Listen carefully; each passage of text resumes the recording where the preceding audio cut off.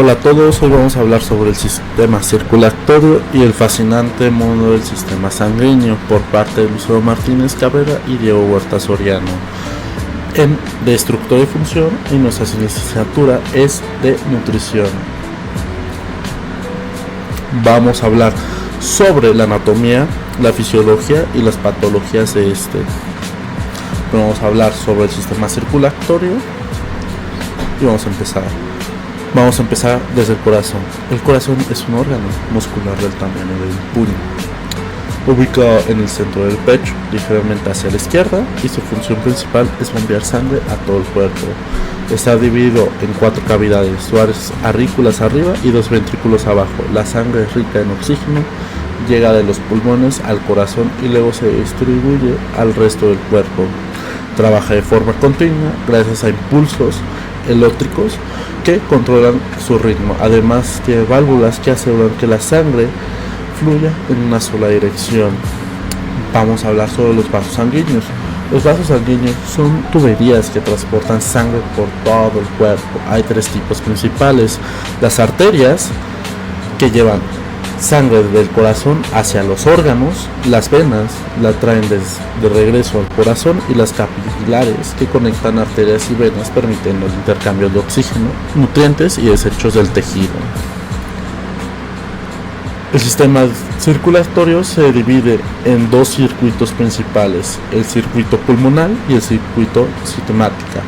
El circuito pulmonar comienza desde el ventrículo derecho del corazón, que bombea sangre pobre en oxígeno hacia los pulmones a través de arterias pulmonares.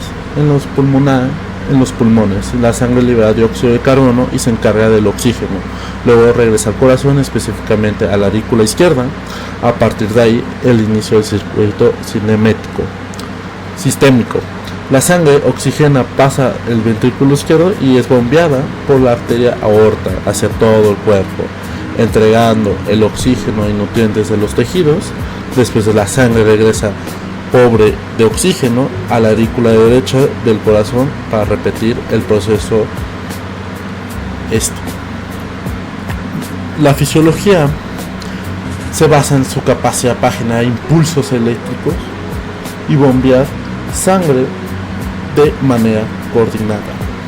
El impulso comienza en el nodo sinoauricular, que actúa como un marcapasos natural, haciendo que las aurículas se contraigan. Luego pasa por el nodo auriculoventricular y desciende por as y deis y fibras de Purkinje, provocando contracciones de ventrículos. Esas contracciones impulsan la sangre primero hacia los pulmones y luego hacia todo el cuerpo.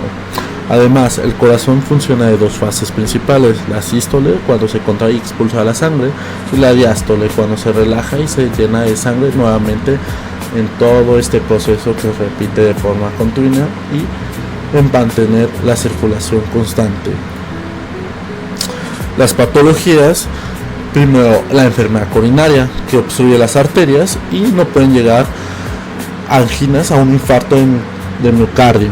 La hipertensión arterial es la presión arterial elevada, que aumenta el riesgo de accidentes. La insuficiencia cardíaca, la incapacidad del corazón para bombear y la sangre de forma eficiente. Arítmicas o trastorno de frecuencia cardíaca, alteraciones en el ritmo cardíaco que llega a detener patrones irregulares. La aterosclerosis, enfermedad en la que la placa, la sustancia se acumula en las arterias y dificulta el flujo. Y la trombosis venosa profunda, formación de coágulo de sangre enfocada en la zona de las piernas, que causa bloqueos. Prácticamente no pasa la sangre y esto pasa un bloqueo.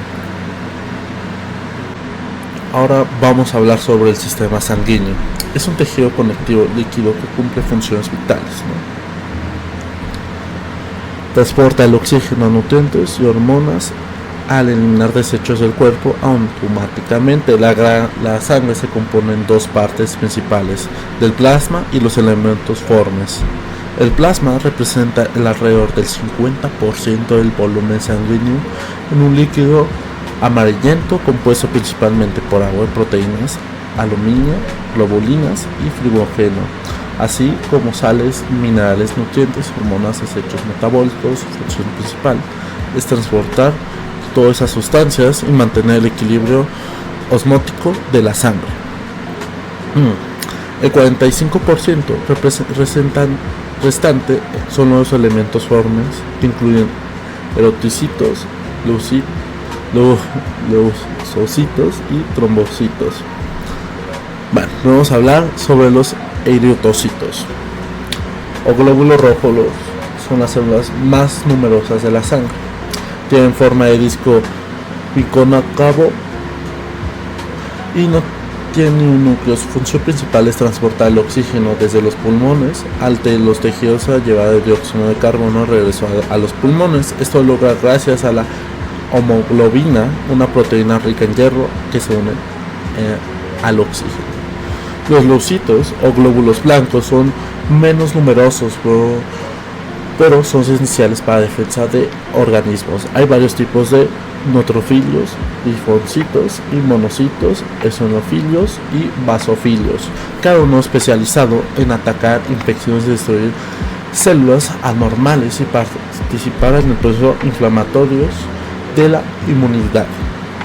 Y por lo último, los trombocitos o palanquetas son fragmentos celulares más pequeños, no son células completas, pero tienen un papel fundamental en la coagulación de la sangre. Cuando hay una herida, las palanquetas se agrupan y liberan sustancias químicas que ayudan a formar el coágulo y evitar la pérdida de sangre. En conjunto, esos componentes permiten que la sangre no solo transporte sustancias vitales, sino también proteja el organismo que mantenga su estabilidad interna, asegurando la vida. Ahora vamos a hablar de la sangre, ¿no? Es vital, circula por todo el cuerpo, en todo nuestro cuerpo, llevando oxígeno y nutrientes a las células mientras eliminar desechos del dióxido de carbono. Bueno,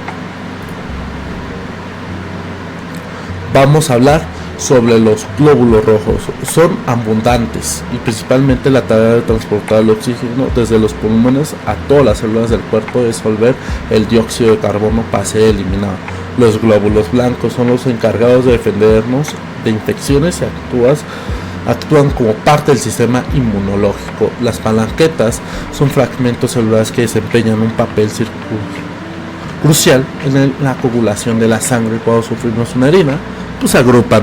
Y finalmente el plasma, otra vez, es el componente líquido de la sangre. Está compuesto principalmente por agua y también transporta nutrientes y hormonas y desechos, proteínas importantes como que intervienen a la coagulación y la defensa del cuerpo. Ahora vamos a hablar de la fisiología. Es todo lo que hablamos se refiere al estudio de funciones y procesos que realizan de los componentes sanguíneos a nuestro cuerpo en glóbulos rojos, ¿no? Los glóbulos rojos contienen hemoglobina, una proteína que se une al oxígeno en los pulmones y transporta hacia los tejidos mientras recoge el dióxido de carbono otra vez, como repito, y llevarlo hacia los pulmones que lo eliminan. En resumen, la sangre trabaja de manera integral para asegurar que los órganos y tejidos reciban el oxígeno y los nutrientes necesarios, mientras también protegen infecciones o cuando hay lesiones y se agrupan como las palanquetas. Ahora vamos a hablar sobre las patologías, donde alteran su funcionamiento normal. Una de las más comunes es la anemia, que se caracteriza por una disminución en la cantidad de glóbulos rojos o hemoglobinas, lo que reduce la capacidad de la sangre para transportar el oxígeno. Esto produce fatiga, debilidad y palidez. Como se dice, pues yo creo que es la menos radical de todos, ¿no? Ahora la leucemia es el cáncer de glóbulos blancos. Esta enfermedad, la médula ósea, produce glóbulos blancos anormales que no funcionan correctamente, lo que debilita el sistema inmunológico y aumenta la susceptibilidad de infecciones. La trombocitopenia es una condición en la que hay número deficiente de las palanquetas en la sangre, lo que dificulta en la coagulación y puede causar hemorragias fáciles anormales. La hemofilia es un trastorno genético que afecta la capacidad de la sangre en coagularse adecuadamente. Las personas con hemofilia tienen dificultades para tener un sangrado después de una lesión debido a la falta de ciertos factores de coagulación. Y por lo último, la trombosis se refiere a la formación de coágulos sanguíneos anormales dentro de los vasos sanguíneos.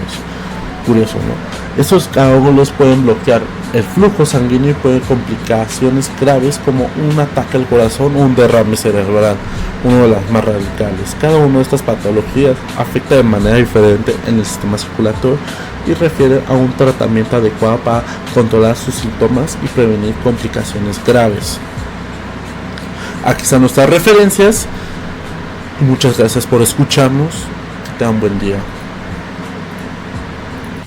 En el inicio del video se muestra un poco de resumen de lo que generalmente hace, y aquí se muestra cómo entra la sangre o cómo puede fluir de la vena cava superior y después pasa a la aurícula derecha, donde entra por el ventrículo derecho, donde llega a pasar por la arteria pulmonar izquierda y llega a salir y regresa la sangre oxigenada a las venas pulmonares superior e inferior, y también ya se lleva a mostrar las válvulas, y ahí va otra vez el recorrido donde llega a tener a entrar por la aurícula izquierda y derecha, donde después posteriormente entra por el ventrículo izquierdo, después va por el torrente sanguíneo y regresa